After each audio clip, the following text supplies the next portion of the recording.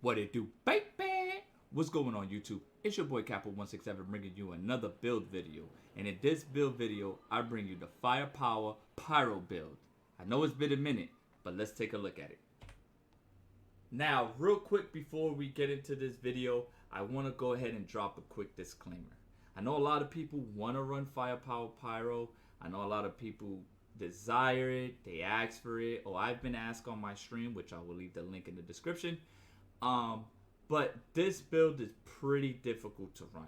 Okay, it's not an easy build to run. You got to move around a lot. Things got to be in a perfect place in order for you to be able to be very, very, very successful with this build. Now, am I saying that, hey, you cannot accomplish this or any expedition with this build? No, I'm not saying that. You absolutely can.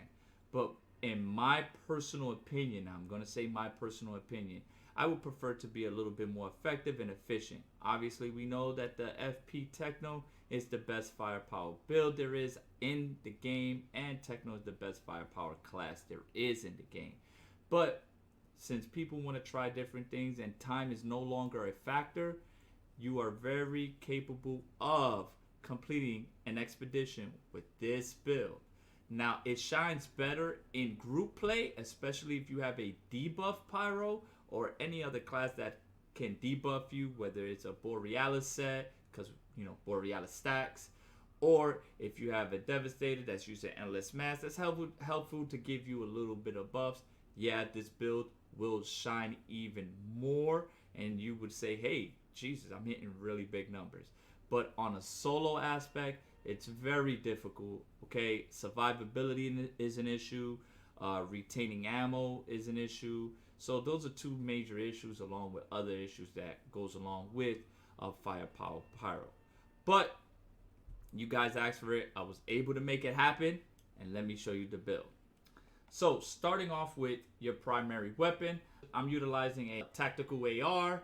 It has weapon life leech, long range damage, and status power. So real quick, this is not the perfect AR. I was able to get this AR today as I'm speaking right now. I was able to grab this AR. Now this is something that you want to go for, right? A crit damage, close range damage, and skill life leech, all right? Or if you want weapon life leech, it's all based on you. Now you can take this build and you can make it a long range weapon. I preferred to make it a close range build actually. So that's why I have crit damage, close range, and skill life leech. Skill life leech is for more survivability, so every time I use my skills, I get a little bit of health back.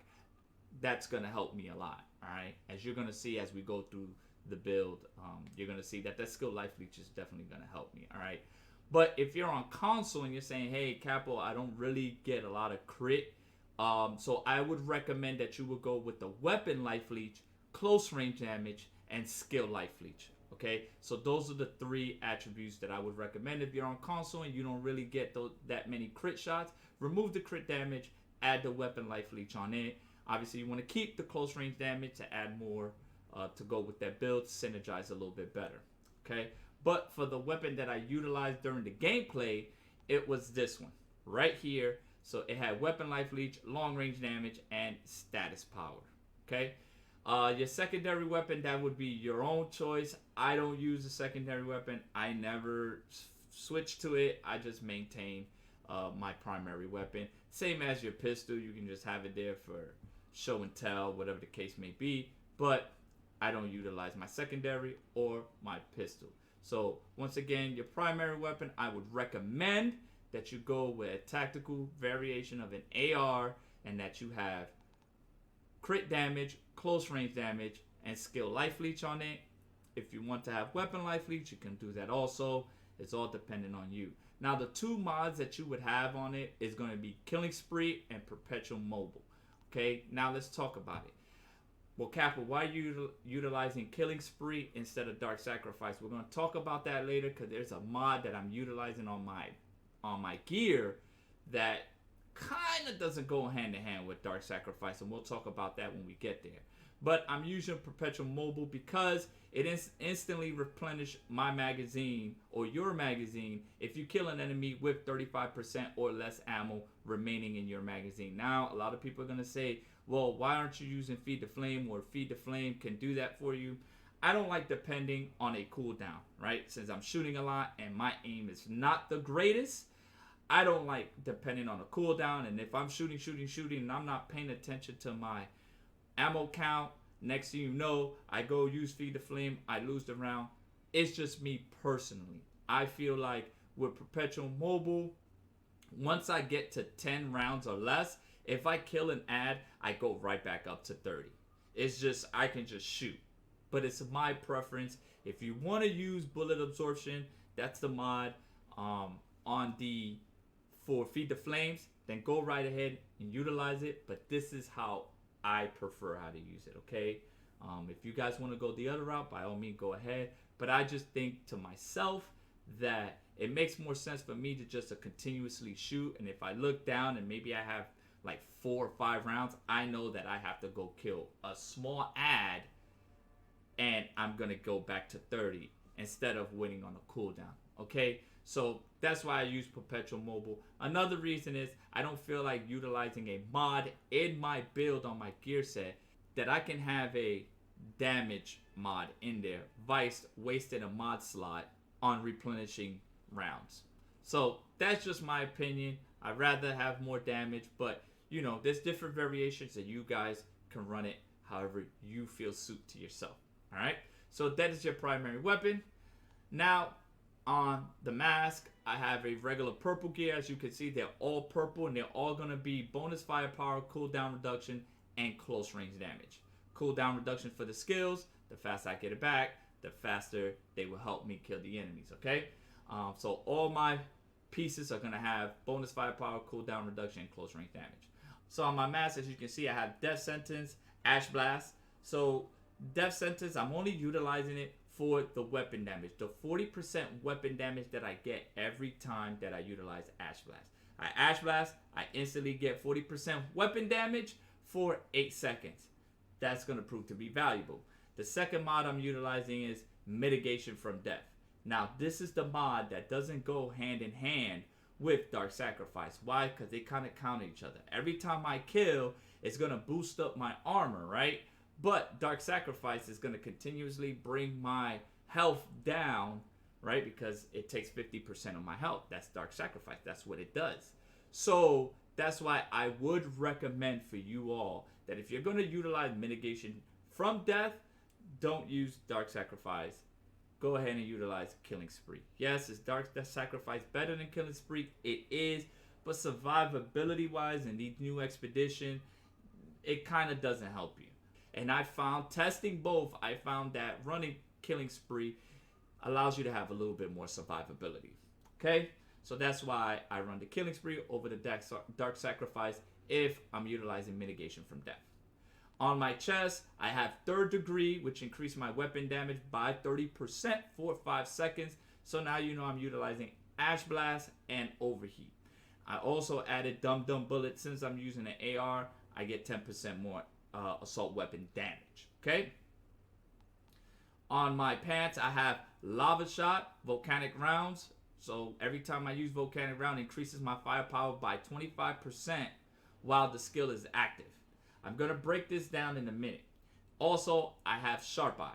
We all know that if you're running an FP build, Sharp Eye is one of those mods that you definitely need. Now, Lava Shot. The way Lava Shot works is it's going to increase my firepower by 25%. Okay? But it is not taking the firepower that your weapon has. The firepower that it is going to increase is the firepower that is on your gear, all these bonus firepower, right? This 8%, right? This 8,038 on each piece.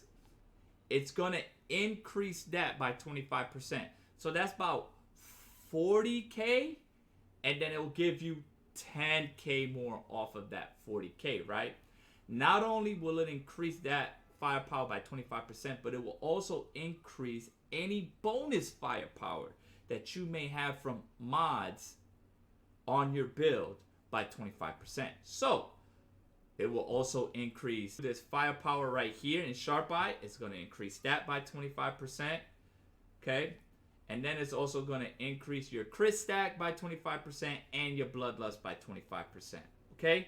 So definitely Lava Shot. It's a good mod. I say go ahead, incorporate it. If you want to put something else there, that's on you. But I prefer to have Lava Shot because it's increasing all these firepower on my gear by 25%. But it will not increase the firepower on your weapon by 25%. Only whatever firepower is on your gear or mods. Okay? Moving down to the gloves, I have Ashton Boost and Bullet Kindling. Volcanic rounds set enemies on fire, so Bullet Kindling is a no-brainer, right? I get 20% more damage, so that's multiplicative damage, right? And then Ashton Boost, since I'm utilizing Ash Blast, and every time the fire goes away or the burn goes away, the enemy turns into ash. Well, that's 20% more damage there. Okay, so that's why that kind of, it's a no-brainer for those two mods to have in your build. And on the boots, I have Crit Stack and Bloodlust. Now, here, Crit Stack is interchangeable for whatever you feel. I know console is pretty hard. I know this is not a popular mod for the console player because it's not as easy for mouse and keyboard to get the crits going. So, whatever you guys feel comfortable inserting in that slot, you guys are more than welcome. If you're running a close range build, you could run Personal Space. We'll go over other mods that you can run in here, but your interchangeable mod in this whole entire build is Crit Stack. If you want to add more survivability, you could throw Damage Absorber in this position, but it's all dependent on you. This is how I prefer how to run it.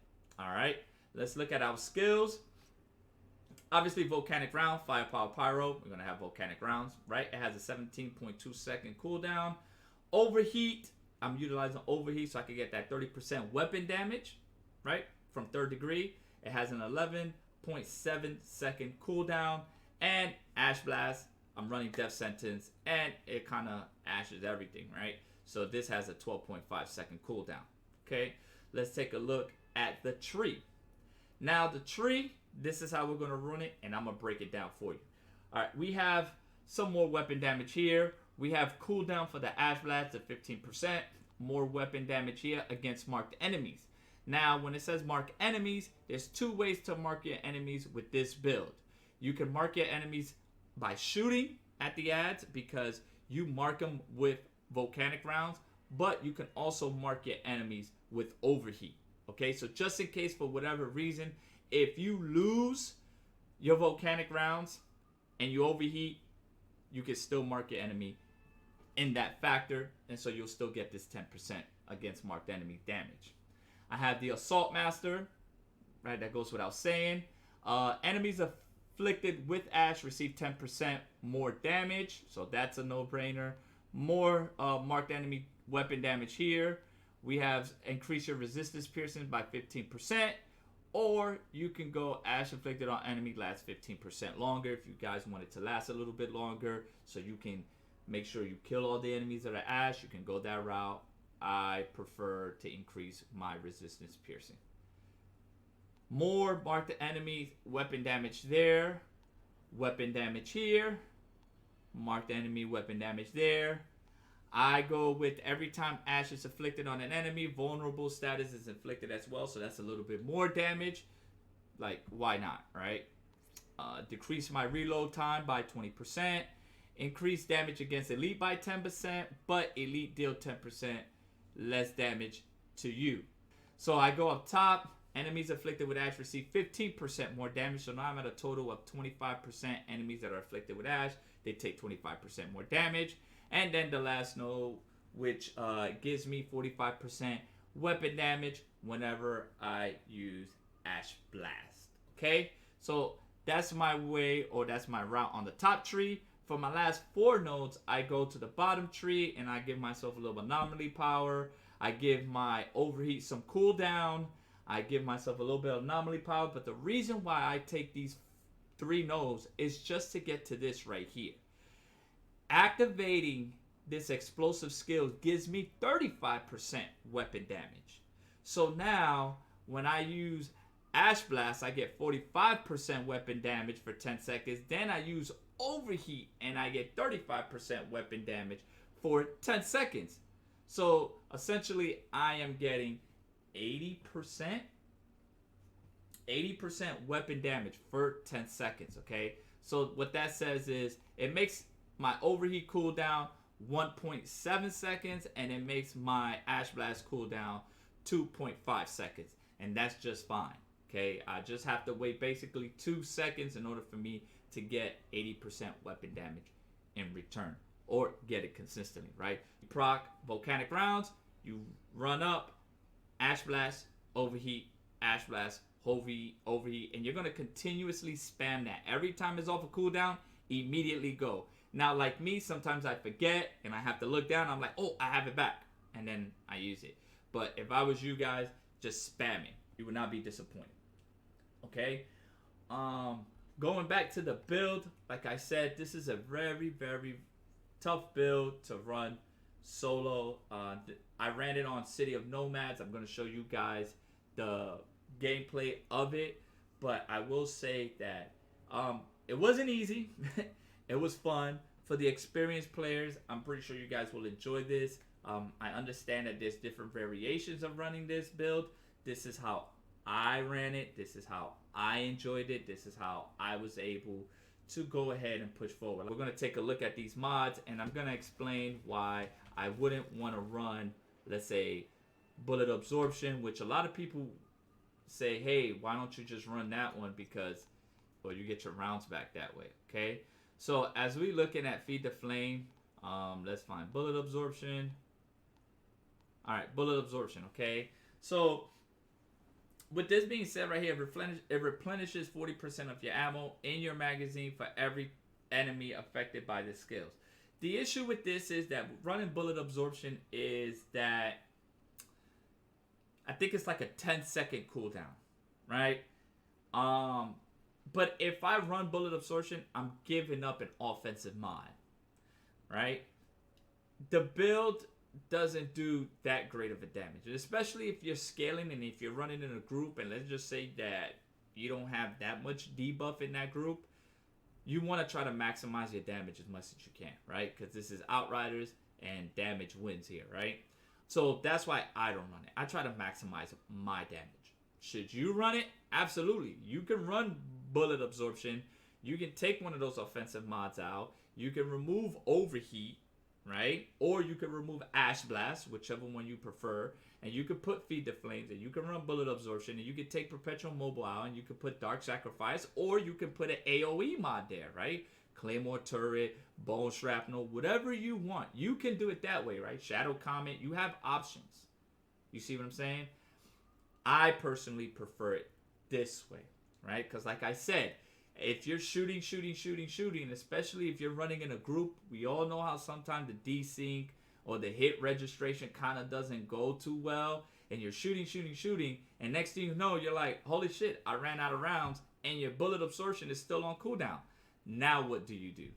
Now you're stuck for however many seconds just shooting regular rounds and not doing that much damage. The way I put this build together, even if I lose volcanic rounds, I still do some type of damage. And you're going to see that in the gameplay, that I did lose rounds once, I believe. And I was still able to kill things, right? Because of all the firepower or bonus firepower that I was getting just from the Ash Blast and the Overheat, okay? And the way I have my tree set up. So that's why I ran it this way, okay? But this is an option for you to run right there if you want to. You also have other options over here. You have Stare into the Barrel, boost your firepower for each enemy in close range. It stacks up to 5 times, and we know that the enemy, they like to run around you. They like to surround you, especially those little monsters. So Stare into the Barrel is, it's an option for you. You have Captain Hunter. Captain Hunter is also an option for you if you want to run Captain Hunter. I didn't run Captain Hunter in the build, but you will see that I kind of didn't, because I was able to kill the elites.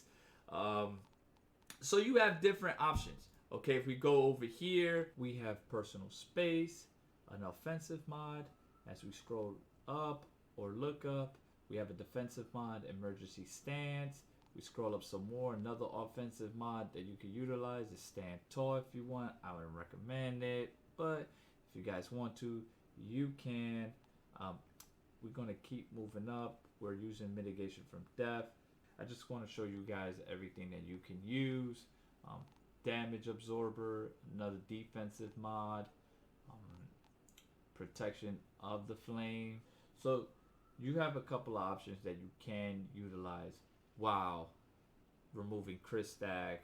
If you want to add another defensive mod, or if you're on console and you really can't hit your shots and you're like, hey, crit stack is not going to work for me, well, you have other options that I've demonstrated to you here.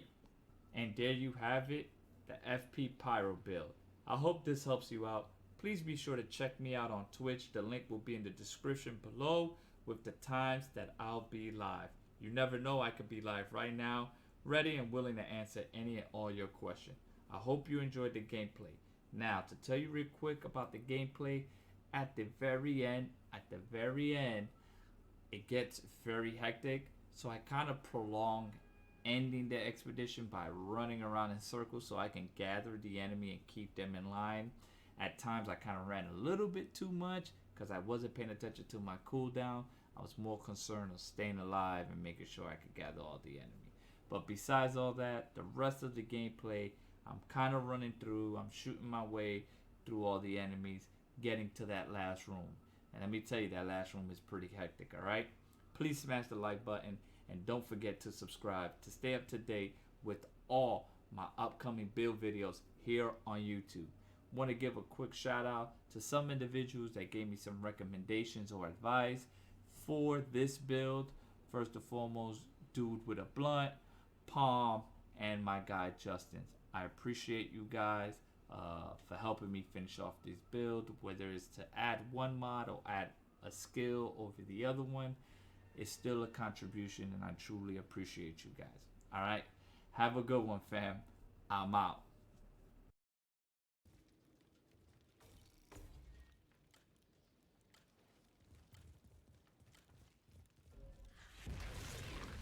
I found your notebooks back at the caravel.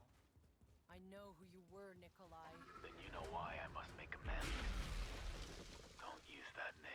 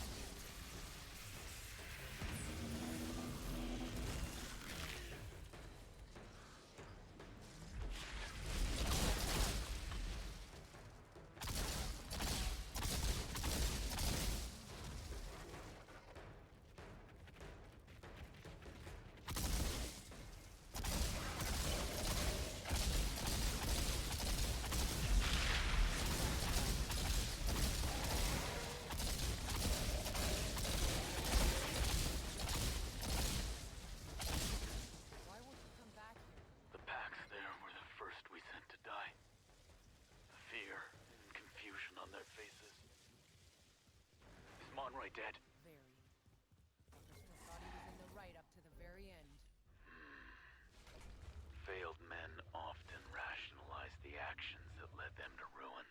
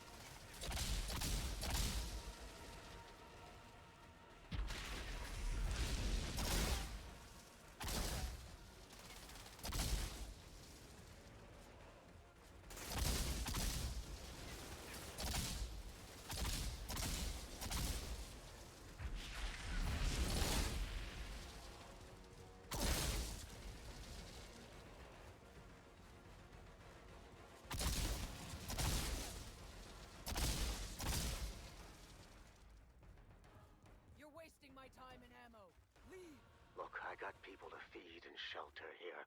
Just take the pod and fuck off. I got no more beef.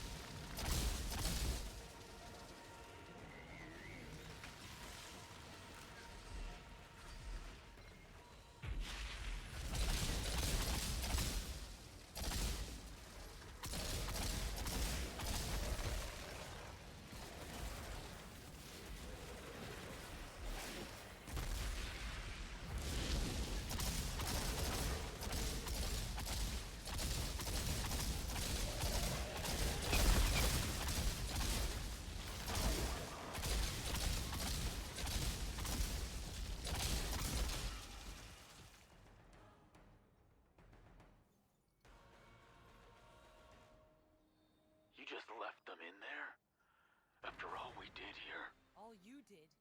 You just sent me to kill people looking for a goddamn home. You think you can bring the packs back by killing us off? You're no better than Monroy. Do not compare me to that monster. I have seen the error of my ways. Yeah, I'm not so sure about that. Outrider detected.